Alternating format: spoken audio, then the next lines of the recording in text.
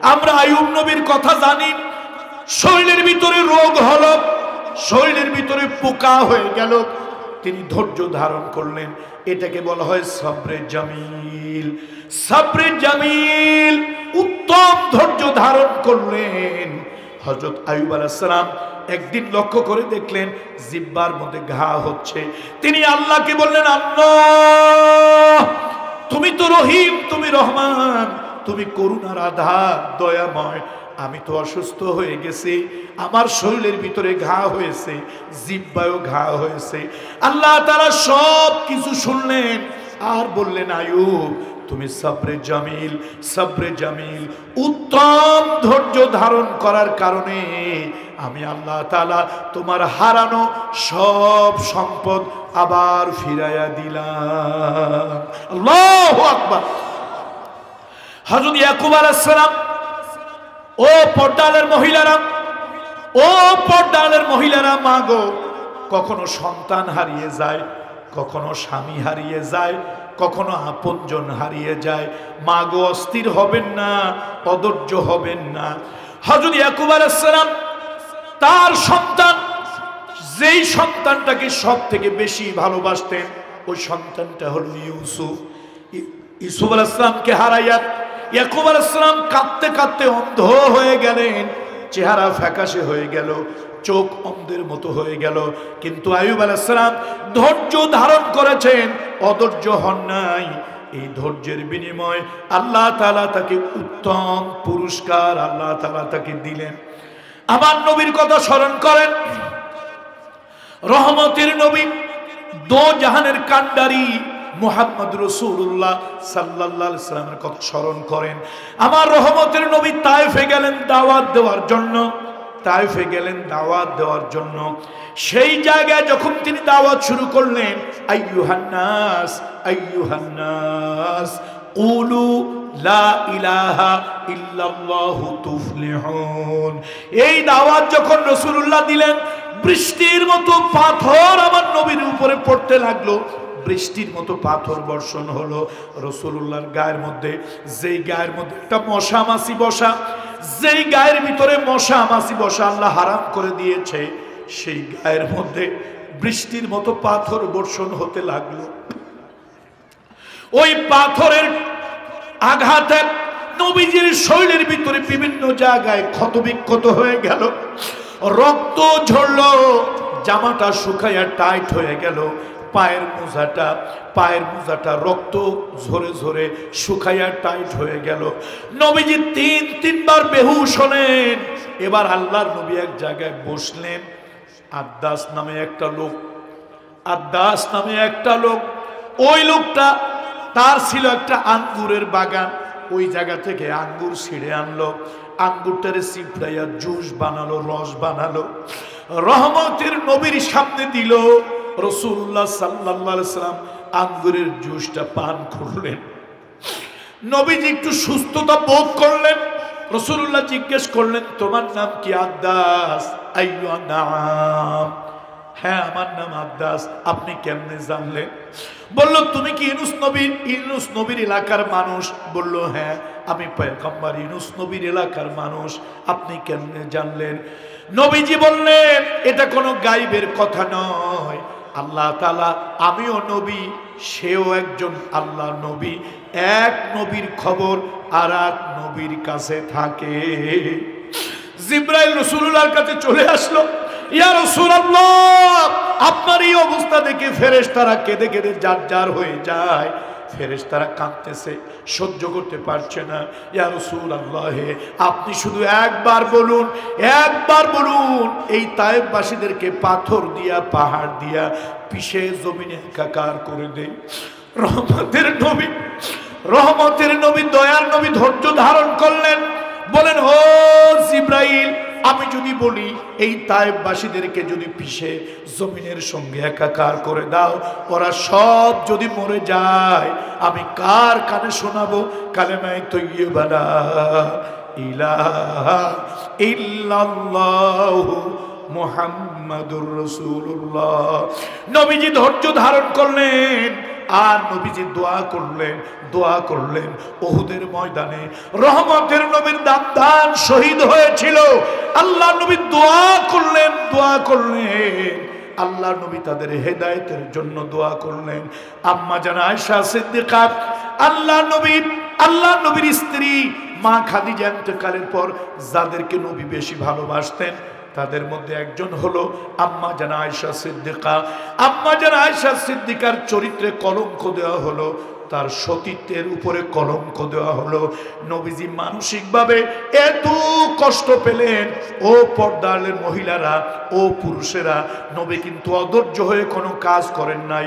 আম্মা জান আয়েশাকে তালাক দেন নাই, আম্মা জান আয়েশার গায়ে হাত তোলেন নাই, তাকে মারপিট করেন নাই, বরং নবীজি ধৈর্য ধারণ করেছেন। দেহের কষ্ট সহ্য করা যায় কিন্তু মনের কষ্ট সহ্য করা যায় না। দেহের আঘাত সহ্য করা যায় কিন্তু মনের আঘাত সহ্য করা যায় না। রহমাতুল লিল আলামিন দেহের আঘাত কষ্ট করে সহ্য করেছেন, ধৈর্য ধারণ করেছেন। আবার মনের আঘাত নবীজি যখন পেয়েছেন তখন আল্লাহর নবী ধৈর্য ধারণ করেছেন। অনেক মুসলমান জানে না, জেনে নেন মুহাম্মদ রাসূলুল্লাহ 36 মাসের উপরে আল্লাহর নবী কারাবরণ করেছিলেন। ওই কারাগারটা কঠিন কারাগার।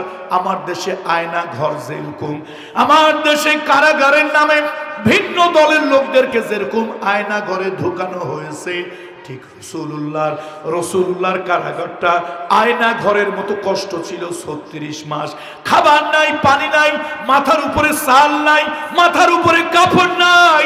দিনের বেলায় প্রচন্ড সূর্যের কিরণ, রাতের বেলায় ঠান্ডা। আহারে সাহাবীরা ক্ষুধার যন্ত্রণা সহ্য করতে না পেরে সাহাবীরা কি করেছেন, দেওয়াল টপকাইয়া পাথর টপকাইয়া রাতের অন্ধকারে গভীর রাত্রি ঘাস ছিঁড়ে নিয়ে আসছে, বাবলা গাছের পাতাগুলো ছিঁড়ে নিয়ে আসছে। ওই বাবলা গাছের ডালের ভিতরে ছোট ছোট কাঁটা। সাহাবীরা ক্ষুধার যন্ত্রণায় ওই পাতা খেয়ে পেট ভরানোর জন্য পাতা খেতে গিয়েছে, জিহ্বার ভিতরে ঠোঁটের ভিতরে কাঁটা ঢুকে গিয়েছে আর ঝরঝর করে রক্ত পড়েছে। নবীজির কাছে কেঁদে কেঁদে বলেছে, মাতা নাসরুল্লাহ, মাতা নাসরুল্লাহ, ও আল্লাহর নবী সাহায্য কখন আসবে? নবীজি বলেছিলেন ধৈর্য ধারণ করো। নাসরুল্লাহিল করিম, নাসরুল্লাহিল করিম। এই জন্য বলি অধৈর্য হবেন না। স্বামী স্ত্রীর তালাক হয় অধৈর্য হওয়ার কারণে, কথায় কথায় ঝগড়া লাগে অধৈর্যের কারণে, মারামারি হয় অধৈর্যের কারণে, খুন খারাপি হয় অধৈর্যের কারণে, রাষ্ট্রে যত গন্ডগোল লাগে এটারও কারণ অধৈর্যের কারণে। কত ঠিক কিনা বলুন? তাহলে ধৈর্য ভালো না অধৈর্য হওয়া ভালো? ধৈর্যের নাম, ধৈর্য কি বলছিলাম? ধৈর্য হলো একটা তিতা, ধৈর্য হলো তিতা জিনিস, তিতা গাছ যার সারা গায়ে কাটা। কিন্তু ধৈর্যের ফলটা কি বলুন? ধৈর্যের ফল কি? মিষ্টি। এই জন্য আল্লাহ তাআলা বলেছেন শোনো, ওয়াল্লাহু ইউহিব্বুস সাবিরিন। আল্লাহ তাআলা এই ধৈর্যশীলদেরকে ভালোবাসেন। আসুন আমরা ধৈর্যের এই গুণটা নিয়ে যাব, ধৈর্য ধারণ করব। পর্দালের মহিলাদেরকে বলছি, মা গো, স্বামীদেরকে বেশি জ্বালাতন করবেন না। মা, স্বামীদেরকে বেশি জ্বালাতন করবেন না। আপনার স্বামী মাঠে ঘাটে কাজ করে, যদি সংসারে অশান্তি থাকে, মাঠ থেকে যখন আসবে তার ছেঁড়া গেঞ্জিটা হোক খুলে দেন, ছেঁড়া শার্ট হোক শার্টটা খুলে দেন, ছেঁড়া পাঞ্জাবি হয় পাঞ্জাবিটা খুলে দেন। আপনার ঘরে যদি দামি গ্লাস না থাকে, প্লাস্টিকের একটা বাটিও যদি থাকে, সিলভারের একটা বাটিও যদি থাকে, এক পেয়ালা পানি তার সামনে দেন। আপনার ঘরে যদি কারেন্ট থাকে, বিদ্যুতের পাখাটা ছেড়ে দেন। কারেন্ট যদি না থাকে, গরিব মানুষ, মাগো একটা তাল পাখা দিয়ে হলেও স্বামীকে, ছেলেকে, বাবাকে একটু বাতাস দেন। কাজ করে সারাদিন এই পুরুষ জাত, এই পুরুষ মানুষ সারাদিন পরিবার পরিজনের মুখে হাসি ফোটানোর জন্য, বাচ্চা কাচ্চাকে লেখাপড়া করার জন্য গায়ের ঘাম পায়ে ফেলে, মাথার ঘাম পায়ে ফেলে, খেয়ে না খেয়ে কত কষ্ট করে। একটা ভালো হোটেলে গিয়ে ভালো খাবার যখন খেতে যায়, ওই পুরুষটার দিলের মধ্যে তখন চিনচিন করে ব্যথা হয়, আমার ঘরে আমার স্ত্রী আছে, আমার ঘরে আমার বাচ্চা আছে, ওদেরকে রেখে আমি কেমনে খাই। হ্যাঁ, দুই একটা খারাপ পুরুষ তো আছেই, জানোয়ার মার্কা দুই একটা পুরুষ আছে, এটা আমি অস্বীকার করছি না, কিন্তু অধিকাংশ পুরুষের জীবনের স্বপ্ন থাকে পরিবারকে সুখ দেওয়া, শান্তি দেওয়া, বিবির মুখে হাসি ফোটানো। ও মা, এই সংসারগুলি ধ্বংস হয়, সংসারগুলি নষ্ট হয়, সংসারের শান্তি দূর হয়ে যায় যেই সংসারে ধৈর্য নাই। বলেন তো, যেই সংসারে কি নাই? একটু আওয়াজ দিয়ে বলেন, যেই সংসারে কি নাই? ধৈর্য নাই। ওই সমাজে শান্তি নাই যেই সমাজে ধৈর্য নাই, ওই রাষ্ট্রে শান্তি নাই যেই রাষ্ট্রে ধৈর্য নাই। তাহলে কয় শ্রেণীর লোকদেরকে আল্লাহ ভালোবাসেন? 9 শ্রেণীর লোকদেরকে আল্লাহ তাআলা ভালোবাসেন। তার মধ্যে ওয়াল্লাহু ইউহিব্বুস সাবিরিন, আল্লাহ তাআলা ধৈর্যশীলকে ভালোবাসেন। আল্লাহ তাআলা বলেন, ওয়াসবির ওয়ামা সাবরুকা ইল্লা বিল্লাহ ওয়ালা তাহজান আলাইহিম ওয়ালা। আল্লাহ তাআলা ধৈর্যের ব্যাপারে অনেক কথা কোরআনুল কারীমের ভিতরে বলেছেন। সূরা নাহলের 12 নম্বর আয়াতের ভিতরে আল্লাহ তাআলা বলেন, তুমি সবর অবলম্বন করো, ধৈর্য ধারণ করো, তোমার সবর তো আল্লাহ তাআলার সাহায্য ডেকে আনবে, আল্লাহর সাহায্য তুমি পাবে। আর তুমি কাফেরদের জন্য দুঃখ করো না, তারা যে ষড়যন্ত্র করে, তারা সে ষড়যন্ত্রের কারণে তারা কুণ্ঠিত হবে, লজ্জিত হবে। আল্লাহ তাআলা সূরা নাহলের ভিতরে মুহাম্মদুর রাসূলুল্লাহ কি ধৈর্য ধারণ করার জন্য বললেন, ওয়াসবির, ধৈর্য ধারণ করো। কোরআন শরীফের ভিতরে ধৈর্যের কথা আল্লাহ তাআলা বলেছেন, হাদিস শরীফের ভিতরে রাসূলুল্লাহ সাল্লাল্লাহু আলাইহি ওয়াসাল্লাম ধৈর্যের কথা বলেছেন। ধৈর্য উত্তম একটা গুণ, এই গুণ অর্জন করলে আরশের মালিক আল্লাহ তাআলা আপনাকে ভালোবাসবেন। এবার আসেন আমরা আরেকটা কথা বলবো, যারা নাকি আল্লাহর উপরে ভরসা করে, আল্লাহর উপরে যারা তাওয়াক্কুল করে, ওই মানুষগুলোকে আল্লাহ তাআলা ভালোবাসেন। সূরা আলে ইমরান 3 নম্বর সূরার নাম হলো আলে ইমরান, 159 নম্বর আয়াত। 159 নম্বর আয়াতের ভিতরে আল্লাহ তাআলা বলেন, ইন্নাল্লাহা ইউহিব্বুল মুতাওয়াক্কিলিন, ইন্নাল্লাহা ইউহিব্বুল মুতাওয়াক্কিলিন। আল্লাহর উপরে যারা তাওয়াক্কুল করে, আল্লাহর উপরে যারা আস্থা রাখে, আল্লাহর উপরে যারা ভরসা করে, ওই মানুষগুলোকে আল্লাহ তাআলা ভালোবাসেন। তাওয়াক্কুল কার উপরে? জোরে বলেন, তাওয়াক্কুল কার উপরে?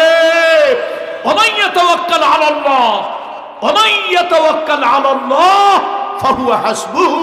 আল্লাহর উপরে যারা তাওয়াক্কুল করে, ভরসা করে, আল্লাহ তাদের জন্য একটা রাস্তা খুলে দেয়। ইসুফ আলাইহিস সালামের কথা আপনারা শুনছেন না? ইসুফ আলাইহিস সালামের কথা শুনছেন কিনা বলেন? পয়গম্বর ইসুফ আলাইহিস সালাম এক নারীর ষড়যন্ত্র। এই পৃথিবীতে অধিকাংশ পেশ নারীরা লাগায়, আবার পৃথিবীতে অধিকাংশ ভালো কাজ নারীদের দ্বারাই হয়, আলহামদুলিল্লাহ। এখন জুলাইখা ইসুফ আলাইহিস সালামকে একটা পেশের মধ্যে ফেলার জন্য বাড়ির যত চাকর বাকর আছে, কাজের লোকজন আছে, এই কাজের লোকজনদেরকে হাত করে এখন তাদেরকে বললো, শোনো, তোমাদেরকে এক একজনের উপহার দিল, টাকা পয়সা এটা সেটা অনেক কিছু উপহার দিয়ে বলল, শোনো, আমি একটু ইউসুফকে উপর তলায় নিয়ে যাব, তার সাথে একান্তে আমি একটু কথা বলবো, খেলোয়ায় সাহিহা, একান্ত নির্জন, আমি একটু ইউসুফ আলাইহিস সালামের সাথে সময় কাটাবো। তোমরা খেয়াল রাখবা, বাড়ির মালিক আজিজে মিশরের অর্থমন্ত্রী আমার স্বামী, সেজন্য এসে না পড়ে, তোমরা খেয়াল রাখবা। আর আসলে তোমরা আমাকে সজাগ করবা, ইউসুফ যেন বাড়ি থেকে পালাতে না পারে। আমি তাকে ভালোবাসা নিবেদন করার জন্য উপর তলায় নিয়ে যাব, তোমরা পিছন দিক থেকে সব দরজাগুলি বন্ধ করে দিবে। কাদেরকে হাত করছে? কথা কয় না, কাদেরকে? এ রাষ্ট্রের কর্মচারীদেরকে ঘুষ দিয়া হাত করে অবৈধ কাজ করা যায়, আর বাড়ির চাকর বাকরদেরকে হাত করে ঘুষ দিয়ে, রেশোয়া দিয়ে অবৈধ অপকর্ম করা যায়। এখন জুলাইখা এটাই করছে। ইউসুফ আলাইহিস সালামকে নিয়ে গেল উপর তলায়। এবার জুলাইখা তার রূপ, তার সৌন্দর্য ইউসুফ আলাইহিস সালামের সামনে তুলে ধরেন। ও ইউসুফ, আমি তোমার জন্য পাগল, আমি তোমার জন্য দেওয়ানা, আমি তোমার প্রেমে বিভোর, আমি তোমার প্রেমে হাবুডুবু খাই।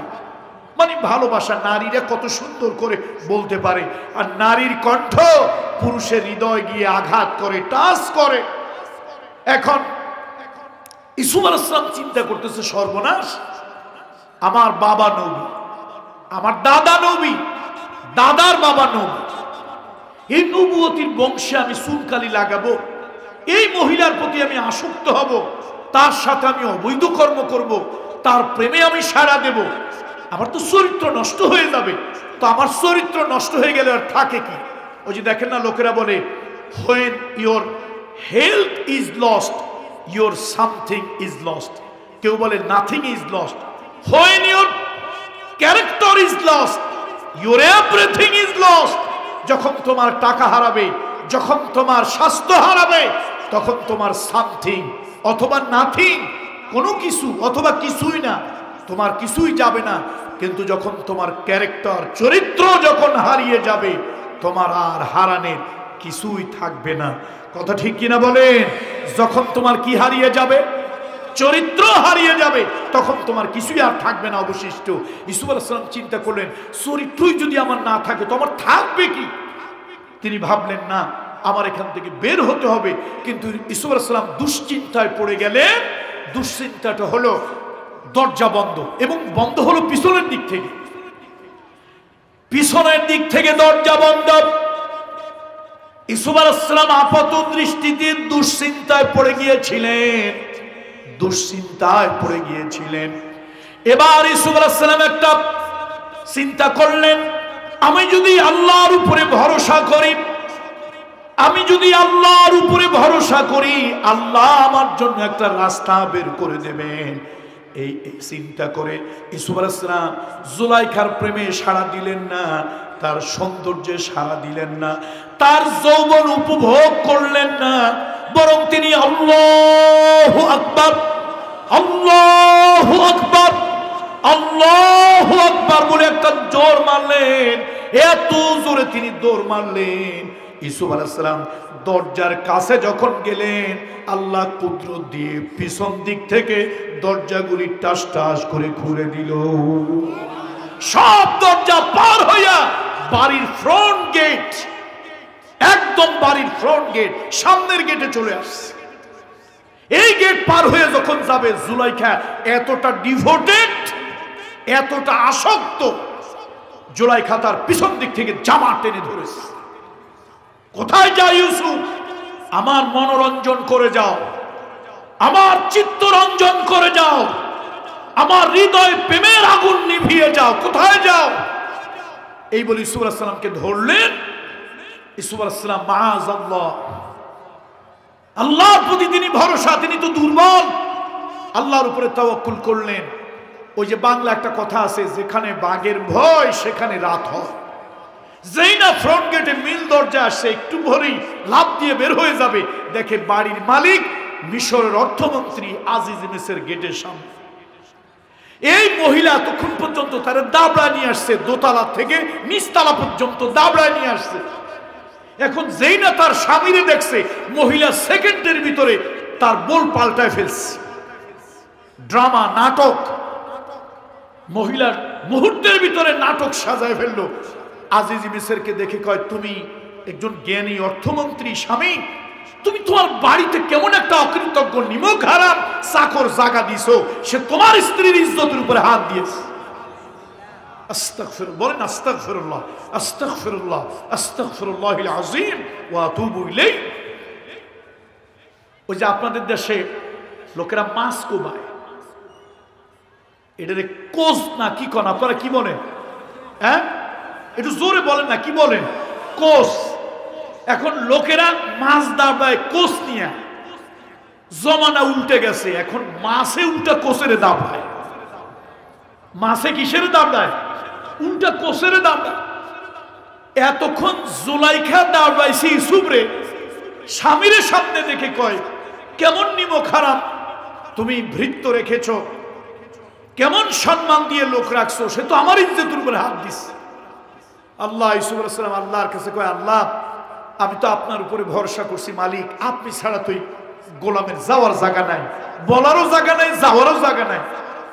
আল্লাহকে, ইউসুফ তুমি এত দুশ্চিন্তায় ভোগো কেন? ওমাইয়া তাওয়াক্কাল আলাল্লাহ ফাহুয়া হাসবুহু।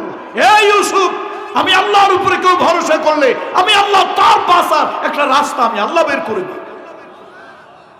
ইউসুফ তুমি চিন্তা করিও না, ব্যবস্থা আমি করব। আজিজ মিসর প্রচন্ড রাগ হলো। পৃথিবীর কোন পুরুষ এটা সহ্য করতে পারে না তার স্ত্রীর উপরে কেউ চরিত্রের ইজ্জতের উপরে হাত দেয়। দুনিয়ার কোন পুরুষ এটা সহ্য করতে পারে না। ইউসুফ আলাইহিস সালামের উপরে যখন খারাপ আচরণ করবে, ইউসুফ আলাইহিস সালাম আল্লাহর উপরে ধৈর্য ধারণ করছেন। ও আল্লাহ, তোমার উপরে ভরসা করেছি, তুমি ছাড়া আমার আর কেউ নাই, আমার ইজ্জত কেউ বাঁচাতে পারবে না। এমন সময় ওই ঘরের দোলনায় একজনের বাচ্চা ছিল। কেউ বলেছে আত্মীয়র বাচ্চা, কোন কোন তাফসীরে বলেছে কর্মচারীদের বাচ্চা। ওই দোলনার ভিতরে একটা বাচ্চা দুলতেছিল। দুধের বাচ্চা ডাক দিয়ে বলো, ও মিশরের অর্থমন্ত্রী, খবরদার, উইদাউট এনি ইনভেস্টিগেশন, কোন ধরনের তথ্য উপাত্ত নেওয়া ছাড়া, কোন ধরনের ইনভেস্টিগেশন ছাড়া কাউকে দোষারোপ করিও না। ও মিশরের অর্থমন্ত্রী, তোমার স্ত্রী জুলাইখার তার জামা কাপড় যদি সামনের দিক থেকে ছেঁড়া হয়, ইউসুফ তার সাথে ধস্তাধস্তি করেছে, তার চরিত্র ইজ্জত সতীত্ব হরণ করার জন্য ইউসুফ চেষ্টা করেছে, ইউসুফ দায়ী। যদি তোমার স্ত্রীর জামা কাপড় পিছন দিক থেকে ছেঁড়া হয়, ইউসুফ তার প্রতি আসক্ত হইয়া তাকে দাবড়াইছে, পিছন দিক থেকে ধরতে গিয়া জামা ছিঁড়ে গেছে, ইউসুফ দায়ী। যদি ইউসুফের জামা সামনের দিক থেকে ছেঁড়া হয়, তাহলে ইউসুফ বল প্রয়োগ করতে গিয়েছিল তোমার স্ত্রীর উপরে, তোমার স্ত্রীর ইজ্জত আবরু চরিত্র সতীত্বের উপরে বল প্রয়োগ করতে গিয়েছিল। ইউসুফের জামা সামনের দিক থেকে ছেঁড়া হবে। কিন্তু যদি এই দুইজনের ভিতরে ইউসুফের জামা যদি পিছন দিক থেকে ছেঁড়া হয়, তাহলে খবরদার এটা নিয়ে আর চিল্লাচিল্লি করিও না, লোককে জানাজানি করিও না। এই জন্য একমাত্র তোমার স্ত্রী দায়ী। আল্লাহ বলেন তো, জামা কার ছেঁড়া, ইউসুফ আলাইহিস সালাম না জুলাইখা? জামাটা ছেঁড়া কার, ইউসুফের না জুলাইখার? কোন জায়গায়, সামনে না পিছনে? হ্যাঁ, আর কি কিছু লাগে? জ্ঞানী লোকের জন্য ইশারা যথেষ্ট। তাহলে বাঁচাই লোকে কিসের কারণে? ভরসা। ভরসা কার উপরে? এবার আসেন একটু আর একটা গল্প শোনাই। রাসূলুল্লাহ হিজরতে যাবেন, রাসূলুল্লাহ হিজরতে যাবেন মদিনায়। এই যে আমার হাজী সাহেব ভাইরা, আমার কলিজার আখেরাতের ভাইরা আমার পাশে বসে আছেন, অনেক হাজী সাহেবরা আমার সামনে আছেন। রাসূলুল্লাহর মদিনা মুনাওয়ারাতুন নবী হলো মক্কা থেকে উত্তরে, আর মদিনা থেকে মক্কা হলো দক্ষিণে। রহমাতুল লিল আলামিন হিজরতে যাবেন, মক্কা থেকে উত্তর দিকে যাবেন। কিন্তু রাসূলুল্লাহ একটু টেকনিক করলেন, উত্তরে না গিয়ে দক্ষিণে গেলেন, একটু পূর্ব দিকে। আল্লাহ নবী একটা জায়গায় গিয়ে আশ্রয় নিলেন, আবু বকর সিদ্দিক সহ একটি জায়গায় গিয়ে আশ্রয় নিলেন। ওই জায়গাটার নাম হলো জাবালে সুর। জাবালে সুর, জাবাল মানি পাহাড়, সুর মানি সুর। সুর পর্বতে, সুর পাহাড়ে গিয়া নবীজি আশ্রয় নিলেন, টেকনিক অবলম্বন করলেন। আল্লাহ নবী উত্তর দিকে মদিনা, উত্তরে গেলেন না, দক্ষিণ পূর্ব কোণে গেলেন, যাতে করে কাফেরেরা একটা কনফিউশন, একটা হেজিটেশন, একটা দ্বিধা দ্বন্দ্বের মধ্যে পড়ে যায়। কাফেরেরা 3 দিন পর্যন্ত তন্ন তন্ন করে খুঁজল, কোন জায়গায় রাসূলুল্লাহকে পেল না, আবু বকর সিদ্দিককে পেল না। এবার কাফেরেরা ডিটারমাইন্ড হলো, সিদ্ধান্তে উপনীত হলো, একটা জায়গায় দেখি নাই, একটা জায়গায় বাকি আছে, ওইটা হলো সুর পর্বত। ওই সুর পর্বতে কোনো গুহা নাই, উপরের দিকে উঠলে একটু ঢালু জায়গা, নিচু জায়গা আছে, এই জায়গায় পলায় থাকতে পারে। কাফেরেরা তরবারি নিয়া উলঙ্গ তরবারি, ধারালো তরবারি নিয়া রাসূলুল্লাহকে হত্যা করার জন্য, নাউযুবিল্লাহ, আমার রহমতের নবী আবু বকর সিদ্দিককে হত্যা করার জন্য তারা ওই সূর পর্বত বেয়ে উঠতে লাগলো। ইদহুমা ফিল গার, কোরআন শরীফের ভিতরে আল্লাহ বলেছেন তারা দুইজন যখন ওই গুহার ভিতরে, ওই পাহাড়ের মাথার উপরে, হযরত আবু বকর সিদ্দিক নিজের জীবনের জন্য ভয় পায় না, রাসূলুল্লাহর জন্য তার ভয়, তার দুশ্চিন্তা। যখন কাফেরদের আওয়াজ শুনতে লাগলেন, কাফেরেরা আসতেছে, বেয়ে উপর উঠতেছে, তখন আবু বকর সিদ্দিক নবীজির জন্য তার দিলটা আকুল বেকুল হয়ে গেল। বলল, ইয়া রাসূলুল্লাহ, আমরা তো ধরা পড়ে গেছি, আমরা তো দুইজন, তারা হলো অনেকজন, তারা আমাদের উপর আক্রমণ করবে। নবীজি বলেন, ও আবু বকর, লা তাহজান ইন্নাল্লাহা মা'ানা। পড়েন আমার সাথে, লা তাহজান ইন্নাল্লাহা মা'ানা। আবু বকর, ভয় পেও না, আল্লাহ তাআলা আমাদের সাথে আছে। আমরা আল্লাহর উপরে ভরসা করেছি।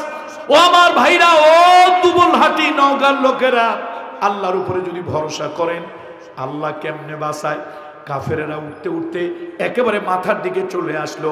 হঠাৎ দেখা গেল ওই পাথর, এই পাথর, উপরের পাথর নিচের পাথরের সাথে মাকড়সার জাল লেগে আছে। এক জায়গায় আবার লক্ষ্য করে দেখলো কবুতরে কয়েকটা ডালপালা এনে ডিম পেড়েছে। বন্ধুরা আমার, মাকড়সার জাল দুনিয়ার মধ্যে সব থেকে দুর্বল জিনিসের একটা নাম হলো মাকড়সার জাল। এই পৃথিবীতে যা কিছু দুর্বল, এই দুনিয়ার ভিতরে যা কিছু দুর্বল, ভঙ্গুর, হাত দেওয়ার আগেই শেষ হয়ে যায়, একটা হলো মাকড়সার জাল। দেখেন, আমার আল্লাহর উপরে তাওয়াক্কুল করার কারণে আল্লাহ তাআলা আবু বকর সিদ্দিককে সেভ করলেন, আল্লাহ তাআলা মুহাম্মদুর রাসূলুল্লাহকে সেভ করলেন। কোন দামি জিনিস দিয়ে নয়, একটু মাকড়সার জাল দিয়ে আল্লাহ তাআলা তাকে সেভ করলেন। এবার উঠতে উঠতে একজন বলল, মাকড়সার জাল, এর ভিতরে মুহাম্মদ নাই, আবু বকর নাই। আরেকজন কয়, চল দেখে আসি। আরেকজন কয়, তোদের মাথা নষ্ট হয়েছে, যদি ভিতরে লোক থাকবে, মানুষ যদি ভিতরে থাকবে, মাকড়সার জালটা কেমনে রইল? মাকড়সার জাল ছেড়ে নাই, ফাটে নাই, পুরো জালটা আছে, তার মানে ভিতরে কেউ নাই। আসছে কি তারা মাকড়সার জাল দেখতে, না মুহাম্মদ সাল্লাল্লাহু আলাইহি ওয়াসাল্লামকে খুঁজতে? কথা কয় না, এতগুলো মানুষ কথা বলে না। মুহাম্মদ সাল্লাল্লাহু আলাইহি ওয়াসাল্লামকে খুঁজতে আসছে না মাকড়সার জাল দেখতে আসছে?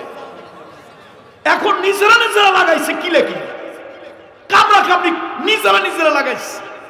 দেখেন না, 4-5টা একসাথে হইলে রাস্তায় কিছু প্রাণী পাওয়া যায়, নাম বললাম না, রাস্তায় কিছু প্রাণী পাওয়া যায়, 4-5টা একসাথে হইয়া কামড়া কামড়ি কারা করে? নিজেরা করে।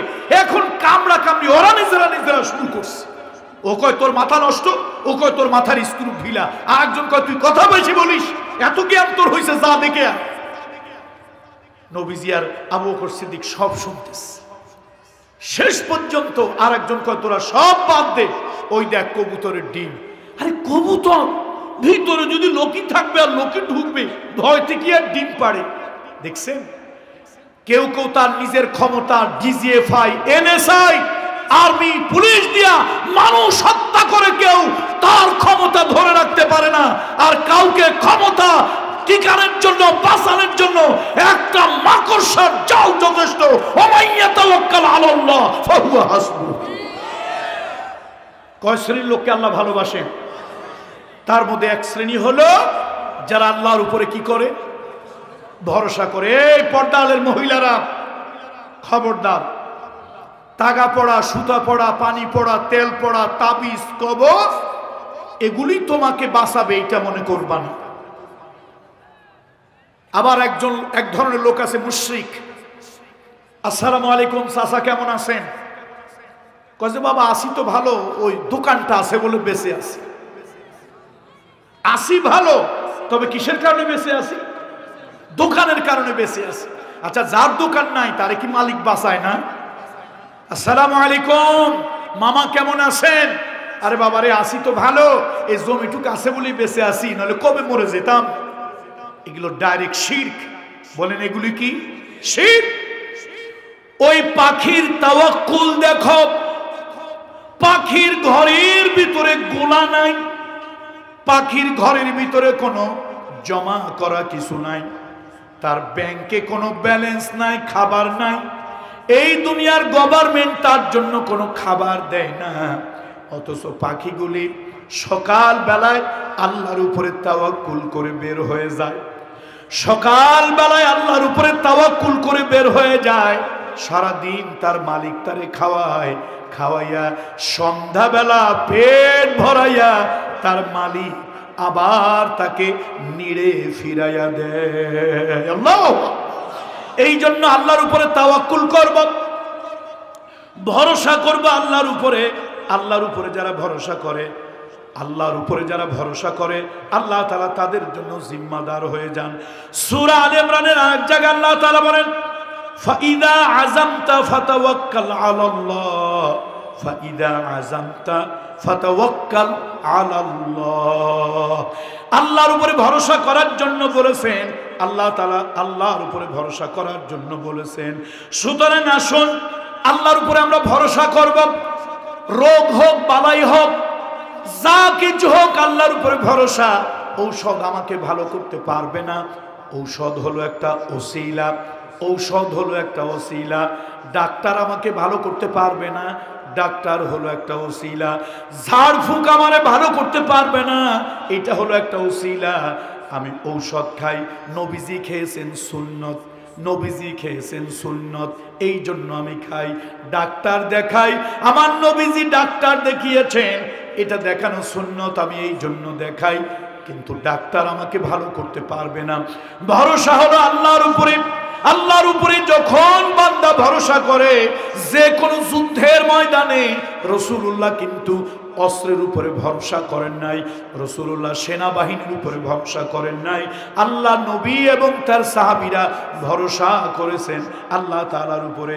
9 শ্রেণীর লোকদেরকে আল্লাহ তাআলা ভালোবাসেন, 9 শ্রেণীর লোকদেরকে আল্লাহ তাআলা ভালোবাসেন। তার মধ্যে অন্যতম হলো যারা নাকি আল্লাহকে ভালোবাসে। ওয়া ইয়াতাওয়াক্কাল আলাল্লাহ ফাহুয়া হাসবুহু। আল্লাহর উপরে যারা ভরসা করে তাদের হিসাব তো আল্লাহর কাছে। সুবহানাল্লাহ, বলেন সুবহানাল্লাহ। যারা আল্লাহর উপরে ভরসা করে তাদের হিসাব আল্লাহর কাছে। সুতরাং আসুন ওই 9 শ্রেণীর লোকের ভিতরে আমরাও যেন হতে পারি, আল্লাহর ভালোবাসা আমরাও যেন পেতে পারি। আজকের থেকে, এই ওয়াজ শোনার পরের থেকে, এখন থেকে ভরসা কার উপরে করব? কার উপরে? গভর্নমেন্টের রিলিফের উপরে, সরকারের উপরে না। সরকারের উপরে ভরসা নয়, বান্দার উপরে ভরসা নয়, ভরসা আল্লাহর উপরে থাকবে। আল্লাহর উপরে ভরসা। আল্লাহর আসমানের ফয়সালা চূড়ান্ত ফয়সালা। আল্লাহ যদি না বাঁচায়, ডিজিএফআই, এনএসআই, আর্মি, নেতা, ক্ষমতা, আমেরিকা, ইন্ডিয়া, কেউ আমারে বাঁচাইতে পারবে না আল্লাহ যদি না বাঁচায়। ইন্ডিয়ার উপরে ভরসা, আমেরিকার উপরে ভরসা, টাকার উপরে ভরসা, বন্দুকের উপরে ভরসা। বন্দুকের গুলি আমাকে বাঁচাইতে পারে না। তার কারণ নবীজিকে আল্লাহ তাআলা বাঁচিয়েছিলেন মাকড়সার জাল দিয়া। আমার বাড়ির সামনে যদি কামানও ফিট করা থাকে আর আল্লাহর উপরে ভরসা না থাকে, ওই কামান মাকড়সার জালের থেকেও আমার জন্য দুর্বল থেকে দুর্বলতর হয়ে যেতে পারে। তাহলে একটা আমল নিয়ে বাড়ি যাব, একটা আমল নিয়ে বাড়ি যাব। এই 24তম তাফসীরুল কোরআন মাহফিল সার্থক হবে।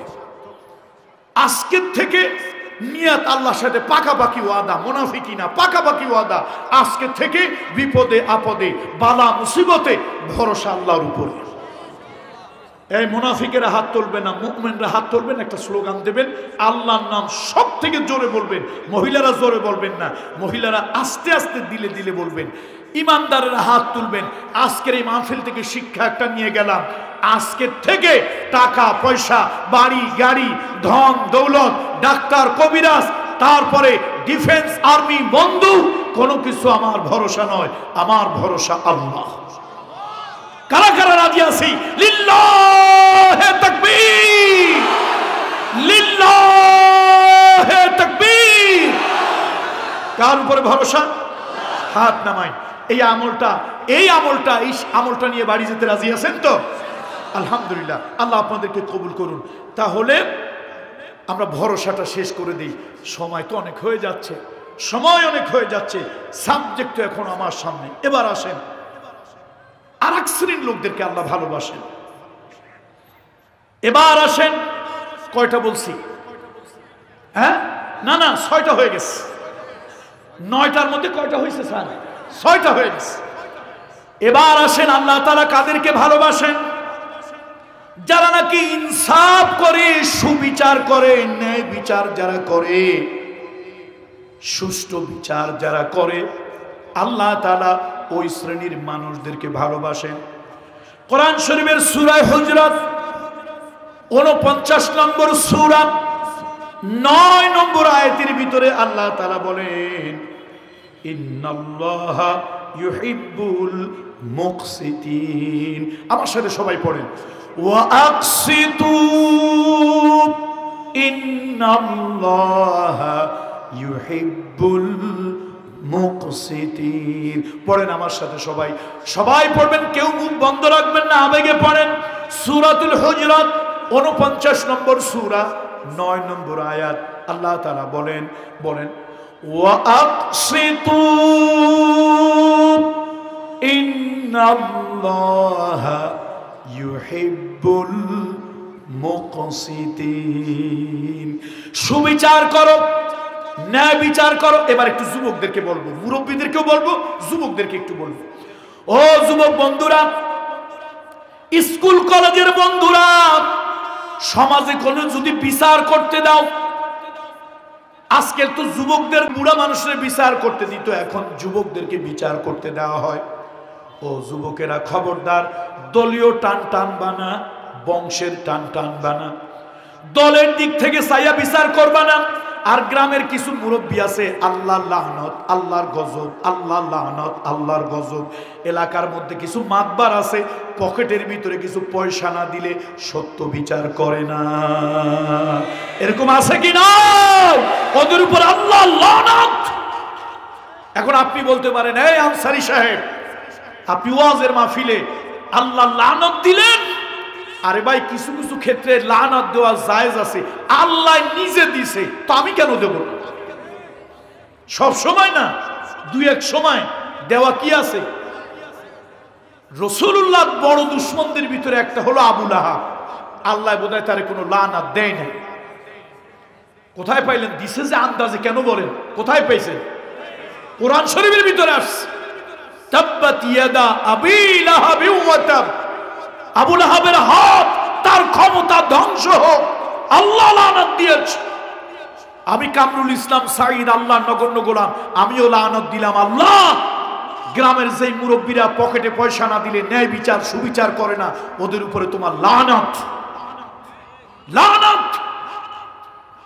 কিয়ামতের ময়দানে 7 শ্রেণীর মানুষ, 7 শ্রেণীর মানুষ, এদেরকে আল্লাহ তাআলা আল্লাহর আরশের ছায়াতলে ছায়া দেবেন। কয় শ্রেণী?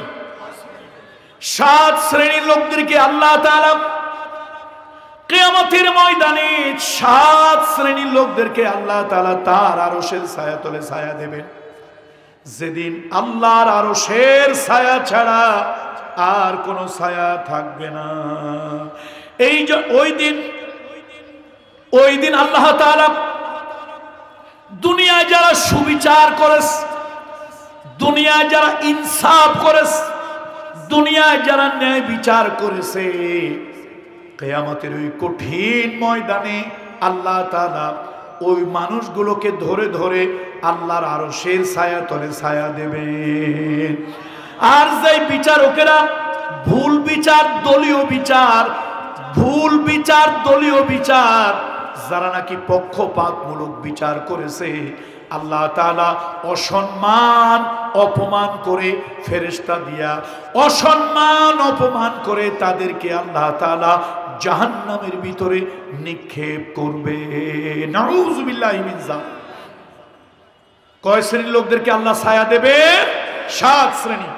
এই জন্য আসুন, জুমার নামাজ আপনারা যারা পড়তে যান, জুমার নামাজ আপনারা যারা পড়তে যান, জুমার নামাজে খুতবার মধ্যে একটা আয়াত পড়া হয়, ইন্নাল্লাহা ইন্নাল্লাহা ইয়া'মুরু বিল আদলি ওয়াল ইহসান, ইন্নাল্লাহা ইয়া'মুরু বিল আদলি ওয়াল ইহসান।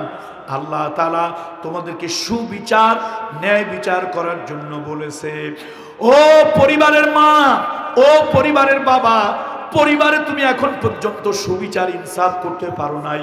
অনেক ফ্যামিলিতে বাবা মা কিছু ছেলেদেরকে গুরুত্ব দেয়, আবার কিছু ছেলে মেয়েদেরকে গুরুত্ব দেয় না। অনেক পরিবারে বাবা তার সম্পদ ছেলেদের নামে লিখে দেয়, মেয়েদেরকে দেয় না, বঞ্চিত করে। ছেলেদেরকে দেয় সম্পদ, মেয়েদেরকে দেয় দোয়া। আমি জিজ্ঞেস করি, তুমি কোন দেশের আব্দুল কাদের জিলানী হইলা? তুমি কোন দেশের আব্দুল কাদের জিলানী? লাখ টাকার সম্পদ ছেলেরে দিলা, আর ধোঁকাবাজি করে মেয়েকে তুমি ঠকানোর জন্য দোয়া দিলা। অবশ্য নওগাঁ জেলায় এরকম লোক নাই। শুধু আদালতের বিচারকদের বিচার হবে না, বাপ মারও বিচার হবে কিয়ামতের ময়দানে। আমি স্পষ্ট ভাষায় বলে যাই, আকবারুল কাবাইর, কবিরা গুনার ভিতরে বড় গুনাহ। কয়েকটা গুনাহ আছে, কবিরার গুনার মধ্যে কি গুনাহ? বড় গুনাহ।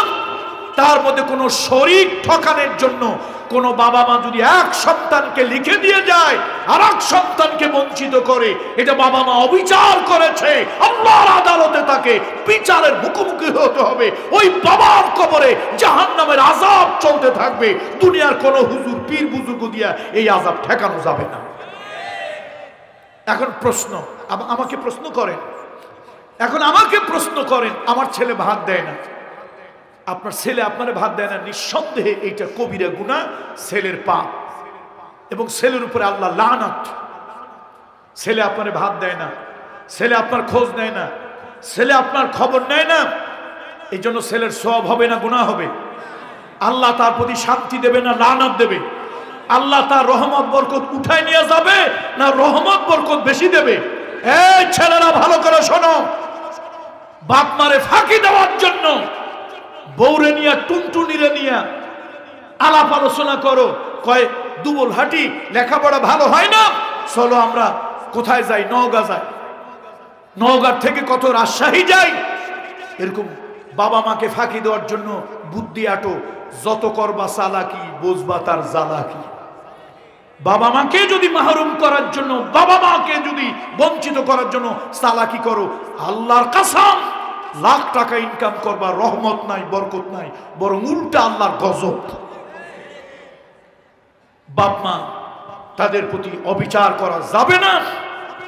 ওয়াবিল ওয়ালিদাইনি ইহসানা, সুবিচার করতে হবে। কিন্তু তাই বলে বাপ মাকে বলি, ছেলে আপনাকে ভাত দেয় না, ছেলে আপনাকে খেদমত করে না, ইহসান করে না, আপনি 3 ছেলেকে লিখে দিলেন, 1 ছেলেকে দিলেন না, কবিরা গুনার ভিতরে বড় গুনাহ, আকবারুল কাবাইর, কবিরা গুনাহ করছেন আপনি।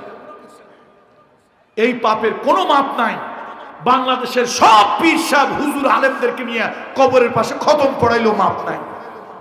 তার কারণ এই বৈষম্য করতে আল্লাহ তাআলা আপনাকে অনুমতি দেয়নি। এটা সুবিচারের পরিপন্থী। কয় শ্রেণীর লোকরে আল্লাহ ভালোবাসেন? কথা কয় না। কয় শ্রেণীর লোক? 9 শ্রেণী। তার মধ্যে 1 শ্রেণী হলো যারা সুবিচার করে, ন্যায় বিচার করে, ইনসাফ করে। শুনুন, অমুসলিমও যদি হয় তার প্রতি সুবিচার করবেন, ন্যায় বিচার করবেন, ইনসাফ করবেন। সাইয়েদনা ওমরের সময় মিশরের যিনি গভর্নর আমর ইবনুল আস রাদিয়াল্লাহু তাআলা আনহুর ছেলে একটা খ্রিস্টান যুবকের উপরে চাবুক মেরেছিল, তার অধিকার খর্ব করেছিল। যেমন কথার কথা, এই দুবুলহাটি বাজারে দোকান আছে, বাপে ক্ষমতাবান, বাপের ক্ষমতায় ওই অমুসলিমকে, ওই খ্রিস্টানের লোকটাকে উচ্ছেদ করে দিয়েছে। সে প্রতিবাদ করতে গেছে, চাবুক দিয়া তারে পিটাইছে। ওই খ্রিস্টান যুবক বলল, মুসলমান দেশে সুবিচার, ন্যায় বিচার, ইনসাফ নাই। লোকেরা শুনে রাগ হলো। এই ছেলে, এই যুবক, তুমি মুসলমানদের শাসন নিয়ে কথা বলো, দুঃসাহস দেখাও। মুসলমানদেরকে আল্লাহ তাআলা হুকুম দিয়েছে সুবিচার করার জন্য, ইনসাফ করার জন্য, ন্যায় বিচার করার জন্য, আদল করার জন্য। ছেলে বলল, কই গভর্নরের ছেলে আমার উপর অত্যাচার করলো, আমার জমি দখল করে নিয়ে গেল, দোকান দখল করে নিয়ে গেল, কেউ তো কিছু বললো না, সুবিচার তো পাইলাম না। বলো তুমি ওমরের কাছে যাও। এখন খ্রিস্টান যুবক কয় ভালো বুদ্ধি দিছো, ওমরের কাছে গেলে তো ও নিচে আমার জমি, পিঠে দিছে চাবুক, ওমরের কাছে গেলে তো মুসলমানদের খলিফা, সে তো কল্লাটা কেটে ফেলবে। এক মুরব্বী বলল না না, ওমরের ব্যাপারে খারাপ কথা বলিও না, যাও। যুবকের কিউরিসিটি জাগলো, দেখি ন্যায় বিচার কারে বলে, মুসলমানরা নাকি ন্যায় বিচার করে। সে চলে আসলো সেই মিশর থেকে, চলে আসলো রাজধানীতে। সাইয়েদনা ওমরের আদালতে এসে বলল যে আমি মিশরের গভর্নর, তার ছেলের দ্বারা আমি নির্যাতিত, অধিকার বঞ্চিত। সাইয়েদনা ওমর বলেন এক পক্ষের কথা শুনেন সুবিচার করা যাবে না, তুমি নালিশ করলা, তার কথা তো আমার শুনতে হবে, দুই পক্ষের কথাই শুনতে হবে। আমিরুল মুমিনিন চিঠি লিখলেন মিশরের গভর্নরের কাছে, আমর ইবনুল আসের কাছে, আগামী এত তারিখে আমার দরবারে হাজির হন। নবীজির সাহাবীদের ভিতরে অত্যন্ত সম্মানী সাহাবী ছিলেন আমর ইবনুল আস রাদিয়াল্লাহু তাআলা আনহু। তিনি তার ছেলেকে সহ হাজির হলে চিন্তা করছেন 30 লক্ষ বর্গমাইল এরিয়ার প্রেসিডেন্ট, আজকে তিনি বিচারকের আসনে বসা, আজকে বিচারকের আসনে তিনি বসা। বাদীর কাঠগড়া একজন অমুসলিম, আর আসামির কাঠগড়ায় দাঁড়ানো দেশের গভর্নমেন্ট আর তার ছেলে। আপনারা কি কল্পনা করতে পারেন হাসিনার খালেদার আমলে এরকম বিচার হবে? কল্পনা করতে পারেন? আমরা বহুত দেখেছি নজির, বহুত দেখেছি নজির। বিচার তো হয় বিচারালয় দল দেখে, বিচার হয় বিচারালয় চাকরির প্রমোশন দেখে। নির্যাতিত অধিকার বঞ্চিত মানুষের ন্যায় বিচার সুবিচার হয় না, যারা বলেন ঠিক কিনা? এটাই তো দুনিয়া।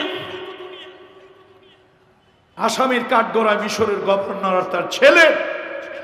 সাইয়েদনা ওমর সব শুনলেন, চুলচেরা বিশ্লেষণ করে শুনলেন। শোনার পরে এবার সাইয়েদনা ওমর তার হাতের চাবুকটা নিলেন, ওই খ্রিস্টান যুবকের হাতে দিয়ে বলেন, এই যুবক, আমার মামলায় উভয় পক্ষ থেকে শোনা আর্গুমেন্টের মাধ্যমে যা বোঝার বুঝে গিয়েছি, তোমাকে কতটা চাবুকের বাড়ি দিয়েছে? বলল এতটা। কতটুক জোরে দিছে তা তো আমি জানি না, আমার কর্মচারী দিয়া, রাষ্ট্রের লোক দিয়া চাবুকের বাড়ি আমর ইবনুল আসের ছেলের পিঠে দিতে পারতাম, কিন্তু আস্তে দিছে না জোরে দিছে, মিডিয়াম দিছে না শক্ত দিছে, তা তো আমি জানি না। নেও চাবুক, যতটুকু পরিমাণে জোরে আঘাত করেছে অতটুকু পরিমাণে তুমি তার পিঠের উপরে আঘাত করো, চাবুক মারো, যে কটা মারছে ওই কটা মারো। খ্রিস্টান যুবকের হাতটা থরথর করে ভয়তে কাঁপতেছে। কেন? আরে আমার হাতটা কেটে ফেলে কিনা। 30 লক্ষ বর্গমাইল এরিয়ার প্রেসিডেন্ট, খলিফা, মুসলমানের দেশ, মুসলমানের আদালত, আর আমি একটা অমুসলিম, আমাকে বলে চাবুক মারার জন্য ভয়তে থরথর করে কাঁপছে। সাইয়েদনা ওমর একটা হুঙ্কার দিলেন। এখানে জাত ধর্মের প্রশ্ন না, প্রশ্ন হলো তুমি মাজলুম, সে জালিম, বিচার করো। আমি করতাম, কিন্তু আমি তো জানি না কোন পরিমাণে তোমার আঘাত দিয়েছে। এবার যুবকের সাহস হলো, চাবুকটা হাতে নিল খ্রিস্টান যুবক, আমর ইবনুল আসের ছেলের উপরে, মিশরের গভর্নরের ছেলের উপরে দৌড়া মারলো, চাবুক মারলো। যতগুলি আঘাত দিয়েছিল আঘাত দেওয়া হয়ে গেল। এবার মামলার রায়। এবার মামলা কি? এই যে এটা হলো ফিজিক্যাল যে অ্যাসল্ট, শারীরিক যেই তার উপরে আক্রমণ করেছে তার শাস্তি। মূল মামলা এখন আসা হলো, শোনো, তুমি যেটা জবরদখল করেছো এটা তোমার না, এটা ওর। এই খ্রিস্টান যুবকের, এটা তাকে ছেড়ে দেবে। আমি রাষ্ট্রীয় ফরমান দিলাম, রায় দিলাম, এটা তার। তুমি কি বিচার পেয়েছো? সে খুশি হলো, মুসলমানের আদালতে আমি বিচার পেয়েছি। আমিরুল মুমিনিন, আমি বিমোহিত, বিমুগ্ধ। আপনি ধর্ম দেখে, ব্যক্তি দেখে বিচার করেন নাই, আপনি ন্যায় অন্যায় দেখে বিচার করেছেন, জালেম মাজলুম দেখে বিচার করেছেন। আমার দৃঢ় বিশ্বাস হলো মুসলমানের আদালতে বিচার হয়। এবার তিনি চলে গেলেন, খ্রিস্টান যুবক চলে গেল। ওমর রাদিয়াল্লাহু তাআলা খুব বিনয়ের সাথে দাঁড়ালেন কার সামনে? আমর ইবনুল আস। কেন দাঁড়াইলেন জানেন? নবীজির দামি সাহাবী, মর্যাদাশীল সাহাবীদের একজন হলেন আমর ইবনুল আস। ওমর রাদিয়াল্লাহু তাআলা বিনয়ের সাথে তার সামনে গিয়ে বলেন, আমর ইবনুল আস, আপনার ছেলে এই অন্যায় করতে সাহস পেত না আপনার ক্ষমতার কারণে। বাবা ক্ষমতায় আছে, এই জন্য সন্তান একে চাবুক মারে, ওর জিনিস দখল করে, ওর ব্যাপারে চাঁদাবাজি করে। নেতা ক্ষমতায় আছে, কর্মীরা সন্ত্রাস করে, চাঁদাবাজি করে। আমি আল্লাহর নামে শপথ করছি, এরপর যদি আমার আদালতে আপনার ছেলের বিরুদ্ধে কোনো আইন, কোনো মামলা আসে, আমি আল্লাহর ইজ্জত ও জালালের দ্বিতীয়বার চাবুকের বাড়ি ছেলের পিঠে নয়, আমর ইবনুল আস আপনার মতো সম্মানী সাহাবীর পিঠের উপরে চাবুক পড়বে। কেন? এই ছেলে অন্যায় করে নিজের কারণে না, বাপের ক্ষমতা বলে। যদি কর্মী অন্যায় করে নেতার পিঠে চাবুক মারো, ছেলে অন্যায় করলে বাবার পিঠে চাবুক মারো, দেখবে এই অত্যাচার জুলুম বন্ধ হয়ে গেছে। আজকে আমার দেশে যদি নেতাদের পিঠে চাবুক মারা যেত, আজকে আমার দেশে যদি নেতার পিঠে চাবুক মারা যেত, একটা বিচারের চাঁদাবাজি হতো না। জোরে বলেন ঠিক কিনা? এটা ওদের আস্কারা পেয়ে এগুলি হয়। কয় শ্রেণীর লোককে আল্লাহ ভালোবাসেন? কয় শ্রেণীর লোককে আল্লাহ ভালোবাসেন? তার মধ্যে অন্যতম হলো আকসিতু ওয়া আকসিতু ইন্নাল্লাহা ইউহিব্বুল মুকসিতিন। সুবিচার করো, ন্যায় বিচার করো, ইনসাফ করো। আল্লাহ তাআলা ন্যায় বিচার, সুবিচার, ইনসাফকে আল্লাহ তাআলা পছন্দ করেন। আর একটু যাবো না, এই পর্যন্তই থাকবো। আর একটু যাবো, আর দুইটা আছে না? মাশাআল্লাহ, তো চা দিলে ভালো হয়। এবার আসেন অষ্টম নম্বরে, আল্লাহ কাদেরকে ভালোবাসেন? তাফসীর ইবনে কাসিরের ভিতরে আসে, মদিনার মসজিদের মধ্যে অথবা মদিনার মসজিদের আঙ্গিনায় মুহাম্মদুর রাসূলুল্লাহ সাল্লাল্লাহু আলাইহি সাল্লামের মসজিদের আঙ্গিনায় কয়েকজন লোক বসে আছে। কয়েকজন লোক বসে আছে, রাসূলুল্লাহর সাহাবী একে অপরের সঙ্গে কথা বলতেছে, একে অপরের সাথে আলাপ করতেছে। একজন বলল চলো, একজন বলল চলো আমরা রাসূলুল্লাহর কাছে যাই। কোন আমলটা আল্লাহ নবী বেশি ভালোবাসে, আল্লাহ ভালোবাসেন? কোন কাজটা, কোন কাজটা আল্লাহ তাআলা বেশি ভালোবাসেন? চলো আমরা যাই, আমরা নবীজির কাছে শুনে ওই কাজটা আমরা করব। আপনারা কি আমার কথা বুঝতে পারতেছেন? কয়েকজন সাহাবী বসে আছে, কি করতেছে? পারস্পরিক পরামর্শ, আলাপ করতেছে, গল্প করতেছে। কোন বিষয় করতেছে একটু বলেন তো? চলো আমরা নবীজির কাছে গিয়ে প্রশ্ন করি, কোন আমলটা আল্লাহ বেশি পছন্দ করে, সেই আমলটা আমরা করতে চাই। কথা কি আপনাদের কাছে ক্লিয়ার না ক্লিয়ার হয় নাই? ক্লিয়ার। আল্লাহ তাআলার হাবিব মুহাম্মদ রাসূলুল্লাহর কাছে এমন সময় জিবরাইল চলে আসলো। আল্লাহ নবীর কাছে জিবরাইল আসলো, এসে রাসূলুল্লাহর কাছে সূরা সফ, কোরআন শরীফের সূরা সফ 4 নম্বর আয়াত, নবীজির কাছে জিবরাইল এলো, ইয়া রাসূলুল্লাহ, আপনার কিছু সাহাবীরা নিজেরা বলা বলি করে কোন আমলটা আল্লাহ বেশি পছন্দ করে, আমরা ওই আমলটা করব। আল্লাহর পছন্দের আমল যদি আমরা করি, আল্লাহ আমাদেরকে ভালোবাসবেন। হুজুরের মধ্যে কি ইমানদার আছে? তবে দুই একটা ভেষধারী, লেবাসধারী, পোশাকধারী দুই একটা মুনাফিকের বাচ্চাও আছে। ইয়া রাসূলুল্লাহ, ওই যে সাহাবীরা কথা বলতেছে, কোন আমলটা আল্লাহ পছন্দ করে, যদি সেই আমল আমরা করি তো আল্লাহ কাদেরকে ভালোবাসবেন?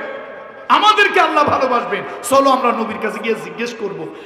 ইয়া রাসূলুল্লাহ, ওই সাহাবীরা আসবে আপনার কাছে জিজ্ঞেস করতে, আপনি বলে দেবেন, আপনি বলে দেবেন আল্লাহ তাআলা কাদেরকে ভালোবাসে, কোন আমল করলে আল্লাহ ভালোবাসে। তবে এর মধ্যে ইমানদার আছে, তারা জীবন দিয়ে হলেই আমল করবে, কিন্তু ভেষধারী, লেবাসধারী, পোশাকধারী দু চারটা মুনাফিকের বাচ্চা আছে, ওরা বলাই সার কিন্তু করবে না। এবার আল্লাহ তাআলা জানাই দিলেন, ইন্নাল্লাহা ইউহিব্বুল্লাযীনা ইউকাতিলুনা ফি সাবিলিহি সাফফান কাআন্নাহুম বুনিয়ানুম মারসুস। পড়েন আমার সাথে সকলে, ইন্নাল্লাহা ইউহিব্বুল্লাযীনা ইউকাতিলুনা ফি সাবিলিহি সাফফান কাআন্নাহুম বুনিয়ানুম মারসুস।